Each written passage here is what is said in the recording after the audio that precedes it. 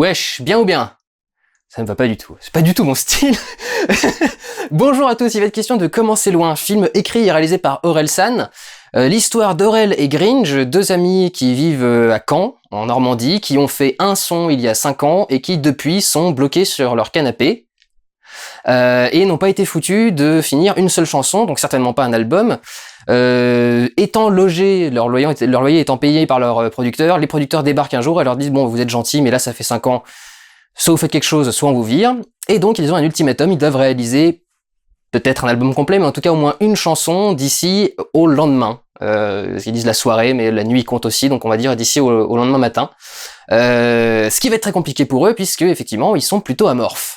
Comment c'est loin, c'est un film où j'ai reçu beaucoup de demandes pour faire un vlog. Le souci, donc j'ai mis un peu de temps à le voir, parce que comme je vous l'ai dit en début de vlog, c'est pas vraiment mon style, je suis pas fan de rap, je suis pas fan d'Orelsan lui-même, et je suis pas fan du sujet du film. C'est-à-dire que moi, bloqué, j'ai pas vraiment accroché depuis que ça a commencé, donc ça m'attirait pas énormément.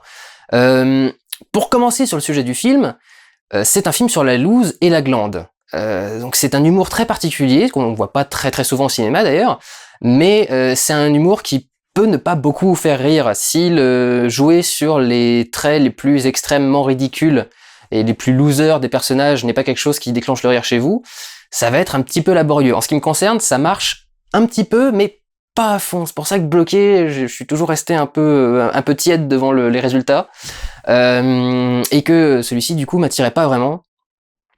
Cela dit, c'est une bonne comédie, c'est bien écrit, les dialogues sont très très bons et se répondent assez bien, sont assez naturels d'ailleurs.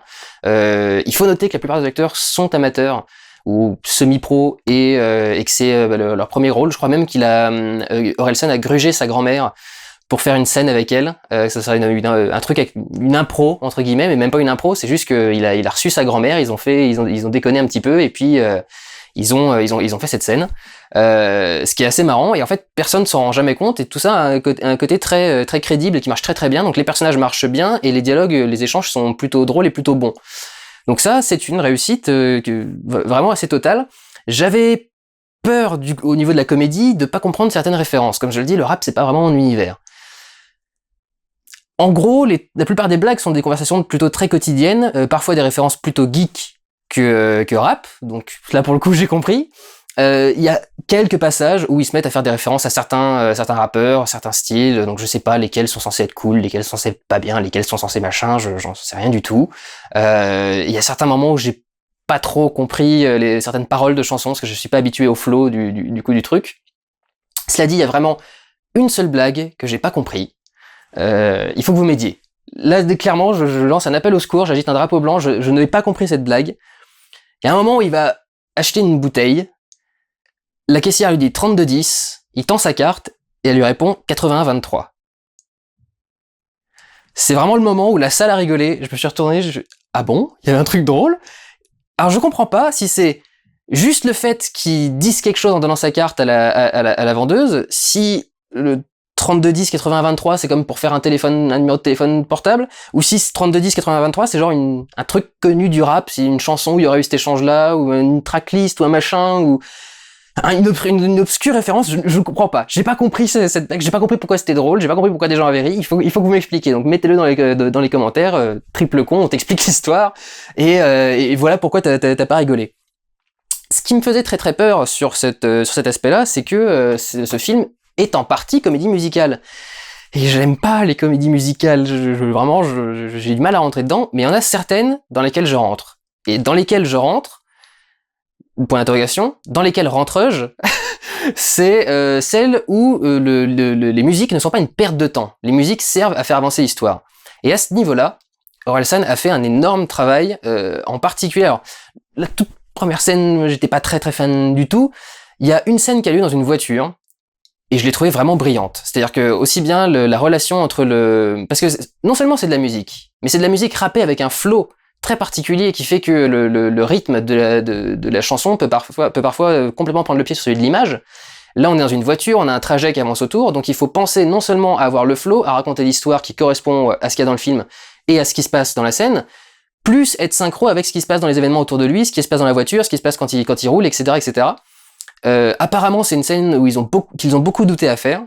Et je le félicite d'avoir voulu tenir son projet jusqu'au bout et d'avoir voulu tenir son idée et d'y avoir été, parce que cette scène-là m'a fait rentrer dans le film. Vraiment, la musique n'est pas un artifice, un plus qui sert à rien, qui servirait juste à mettre un petit peu de rythme. C'est vraiment utilisé par la narration, c'est vraiment utilisé pour l'histoire. Ça montre aussi l'état d'esprit des personnages. Il y en avait une que j'aimais pas vraiment, une chanson avec un rapport avec un bus. Et en fait, parce que je trouvais que les paroles allaient dans tous les sens, et en fait c'est tout à fait logique, c'est que les paroles aillent dans tous les sens, puisque c'est le moment où les personnages sont un peu perdus. Donc c'est vraiment, tout ça est très bien étudié, très bien travaillé. Et si j'avais un petit reproche à faire, ce serait peut-être que la réalisation est parfois pas très très ouf, parfois un petit peu bancale. Il y a des scènes en jump cut où la caméra bouge quand même énormément entre deux jump cuts, ce qui peut être tout à fait volontaire, donc parce que c'est pas dégueulasse non plus. Mais je crois que ça ne l'est pas, parce qu'en plus il y a le dernier cut en particulier était particulièrement décalé, et comme la caméra bouge après, je pense que c'est parce que le mouvement de la caméra a fait reculer le truc, ils ont pas réussi à la remettre avec ce bon endroit. Bref, parfois des petites irrégularités de réalisation, mais vraiment rien de catastrophique, vraiment rien d'ignoble. On rentre dedans de toute façon, quoi qu'il arrive. Même moi qui suis pas fan de musique hip-hop, des fois j'ai pas très bien compris certaines paroles, mais globalement, je suis quand même rentré dedans.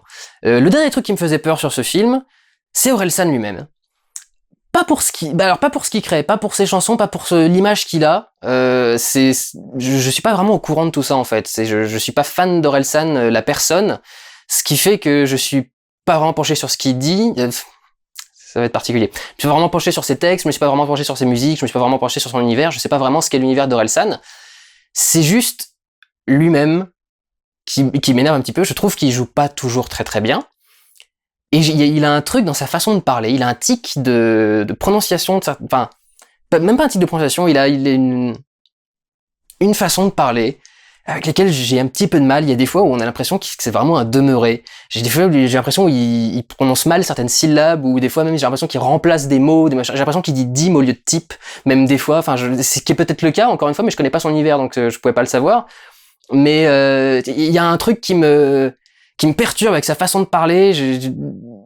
J'aime pas. Peut-être trop désinvolte ou un truc dans ce genre-là. Enfin, j'en sais rien. Bref, c'est complètement con. Hein. C'est pas du tout un reproche justifié par un truc quelconque. C'est vraiment juste de l'esthétique, presque de l'esthétique de voix. Mais je déteste pas Orelsan. Je suis pas contre Orelsan. J'ai un petit peu de mal avec certaines choses qu'il fait, mais je suis pas opposé à ce que ce mec fasse un film ou quoi que ce soit. Et il se trouve que le résultat final est plutôt intéressant, plutôt bien trouvé et plutôt bien fait. Je suis plus embêté par la projection très claire, enfin plus que claire, d'Orelsan et Grinch dans leur film. J'ai cru comprendre que le film était une extension de leur album, c'est-à-dire qu'ils avaient sorti un album avec les casseurs flotteurs, il me semble, c'était ça leur truc à deux, Orelsan et Grinch en même temps. Et en gros le film serait presque la genèse du disque, ou une extension du disque en tout cas. Ce que je peux comprendre, ce qui peut être sympa.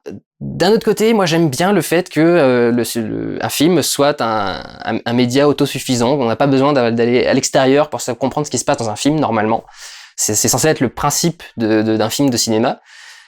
Et j'ai du mal avec ce besoin de se projeter dans son film. C'est-à-dire que on aurait compris de toute façon qu'il y avait un aspect biographique si les personnages s'étaient pas appelés Orelsan et Grinch et n'étaient pas Orelsan et Grinch. Je trouve qu'il y a un moment où il y a un petit peu trop de nombrilisme, entre guillemets, peut-être même un peu de mégalomanie. Je trouve que c'est quand même pas un effort si surhumain d'aller chercher un autre prénom et d'essayer d'en faire un autre personnage que soi. C'est pas du tout ce qu'il a eu envie de faire, manifestement, donc c'est pas un reproche que je fais au rendu final, c'est juste que je suis pas fan de ce principe et de cette façon de faire. Mais encore une fois, ça ne retirera rien à ce que donne le film au final, qui est plutôt intéressant, plutôt drôle et plutôt cool. En ce qui me concerne, j'ai pas beaucoup réagi dans la salle, j'ai pas beaucoup apprécié l'humour et le message et l'ambiance et tout ce qui s'ensuit, mais je peux pas dire que c'est une merde, très loin de là. C'est un boulot qui a été pensé, qui a été réfléchi et qui est plutôt abouti, qui est plutôt bien fait. Donc je ne peux décemment pas être méchant vis-à-vis de ce film. Voilà, écoutez, prenez soin de vous, allez voir des films. Ciao!